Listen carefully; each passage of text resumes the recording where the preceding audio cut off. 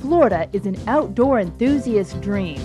The Sunshine State boasts over 8,000 miles of coastline, while the mainland is home to nearly 5,000 square miles of state and national parks.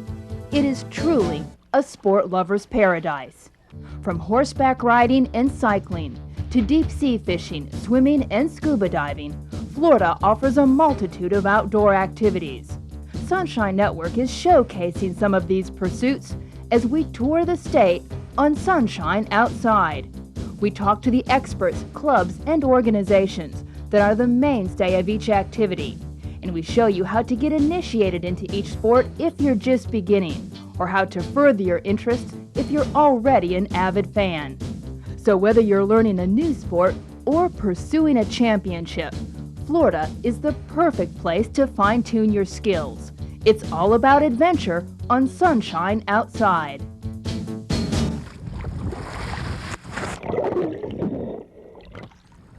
Today, our tour begins with a trip down under to Florida waters and the world of scuba diving.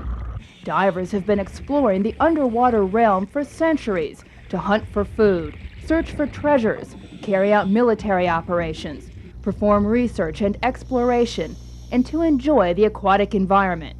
While the reasons for diving have remained constant through the years, the methods and technology used in diving have greatly improved.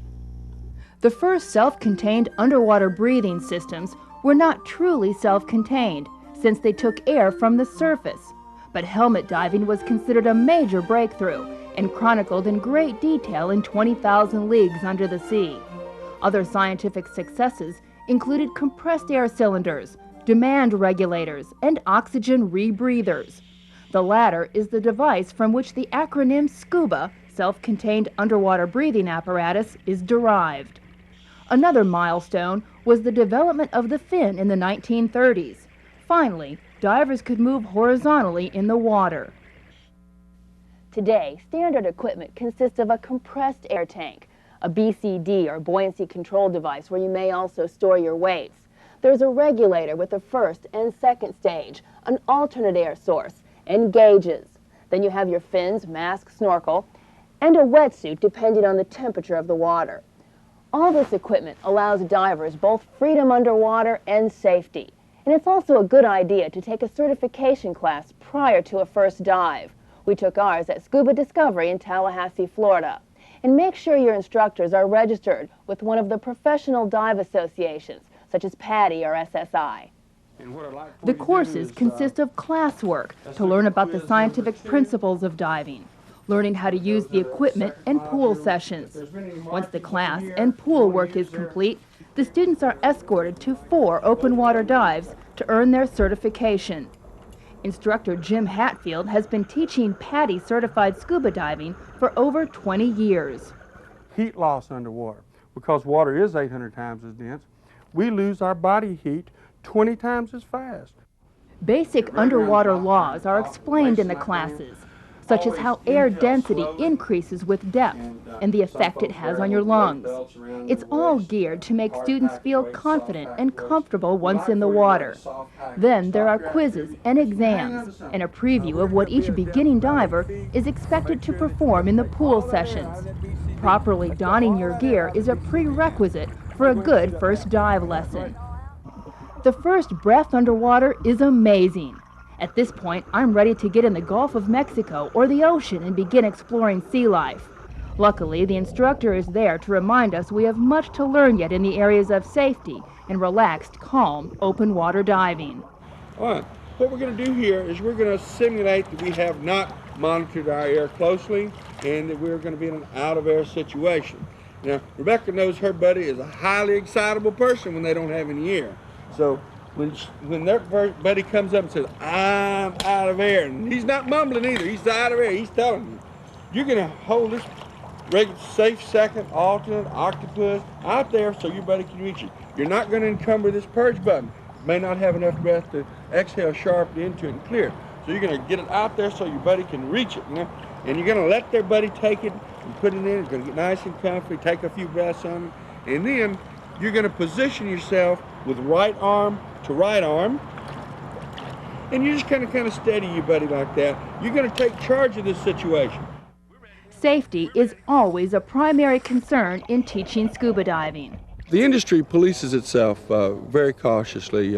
Safety procedures, alternate air procedures, proper equipment on dive boats, proper training for the tasks that you're going to be doing in the water. And we're very fortunate that we do police our industry so closely. And it would be hard to say, how many injuries here, how many there. I've taught close to 1,000 folks. The only injury I've had has been, thankfully, someone that indicated that they had an asthmatic condition after they got into the class, and they said, I couldn't tell you the truth about my medical condition because I'm afraid you wouldn't let me in the water, and I wanted to dive so badly. So, but again, it wasn't a serious injury, but it's one of the things that you have to be cautious diving with. It's a respiratory problem. Once the pool work is complete, it's time for the open water dives. This part of the course consists of 4 dives over a 2-day period. Our first stop takes us to a freshwater spring in Florida's Panhandle. Florida is the place to be if you love springs and underwater caves. In fact, the state of Florida has more known springs than any other comparably sized land area in the world. Today we're at Cypress Springs, and it's one of 300 known springs throughout the state. Florida's spring system is world-renowned and home to some of the deepest and largest springs on Earth. Many of the springs are surrounded by state and national parks and host enterprises of canoe outfitters, glass-bottom boats, and scuba shops. They offer a clear and stable environment for beginning divers, and they attract advanced divers in research and cave exploration. Cypress Springs would be the first real dive for our group of students. We had to test our buoyancy and get ready to practice the skills we learned in the pool in a little less controlled environment. Cypress Springs takes divers to a depth of 20 to 25 feet. It's a good place for beginners. It's not unusual for springs to have several underwater platforms for divers to practice their skills, adjust equipment, or regroup. In deeper waters, platforms are also used at specific levels to decompress. Typical lessons include a buoyancy skill known as the fin pivot, an emergency ascent, and buddy breathing. Lessons are reviewed at the surface before a second descent. Instead of opening up your mask this way, I want y'all to crack it from the top. More skills are practiced before divers are allowed their first free time.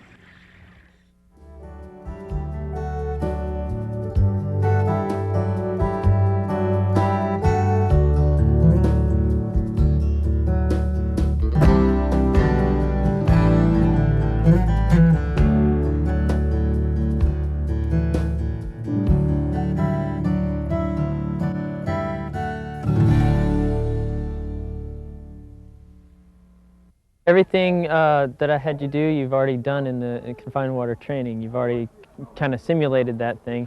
It's basically like a pilot's license, if you will. You go through a simulator, flight simulator, things like that, and then you actually go up into a plane. Now we're in the open water training where I'm actually giving you the final exam, I like to call it, the final exam, and make sure that you are comfortable in the open water world so that when you go diving without me, that I know that you'll be safe because you've proven to me that you've done that. During the entire SCUBA course, there are actually several levels of instruction and learning taking place. The instructor usually has 1 or 2 assistants with him at all times. I am a dive master in training. A dive master is an entry level of the professional level of scuba diving. I have a rescue diver is my highest certificate at this point. That is still in the recreational mode, and then dive master, I guess, is the cut where you become a professional. So I am a dive master in training, and doing that, part of my training is to help an instructor supervise classes. Much like I did today, I was kind of just hanging in the background and making sure nobody was having a particular problem, and just being a second set of eyes for the instructor who can't be everywhere all the time. Springs are fed through the porous limestone underground water reservoir known as the aquifer, extending in some regions to depths greater than 10,000 feet. The Floridan aquifer, under the northern part of the state, feeds the majority of artesian springs and sinkholes. This labyrinth of underwater pathways, spreading through soluble limestone, is known as karst terrain. In 1986, the Woodville Karst Plain Project was founded to procure scientific research on this immense area. While cave diving is offered as an advanced open water specialty class, many of the Karst Plain Project divers have found that diving is simply a skill necessary to continue mapping and understanding a still unknown territory. Wakulla Springs is part of the Karst Plain Research Project. No recreational diving is allowed in this spring, but its research value has been enormous.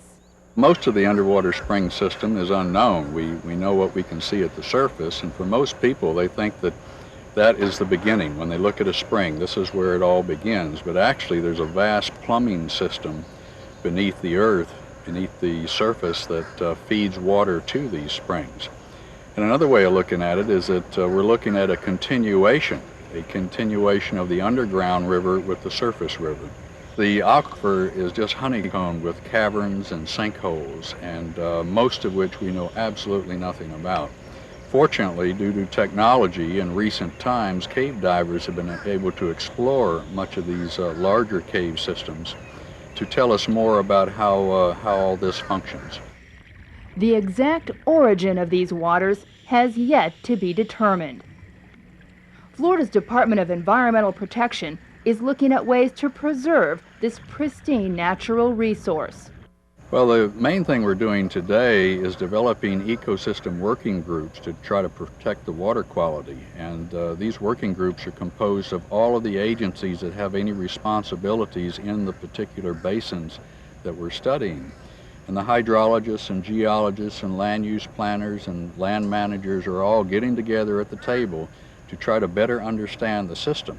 Once we understand the system and the threats, then we can try to develop solutions to those threats. And there's quite a number of threats that are affecting these waters, such as storm water off of our highways and parking lots and housing developments. Septic tanks are another serious threat. And there are lots of sinkholes connected to these cave systems, and stormwater in the past has been directed into those sinks. Well, eventually it reaches the cave system and flows out in the springs. When Sunshine Outside returns, we'll head from the fresh spring waters of Florida to the salt water in the Gulf of Mexico.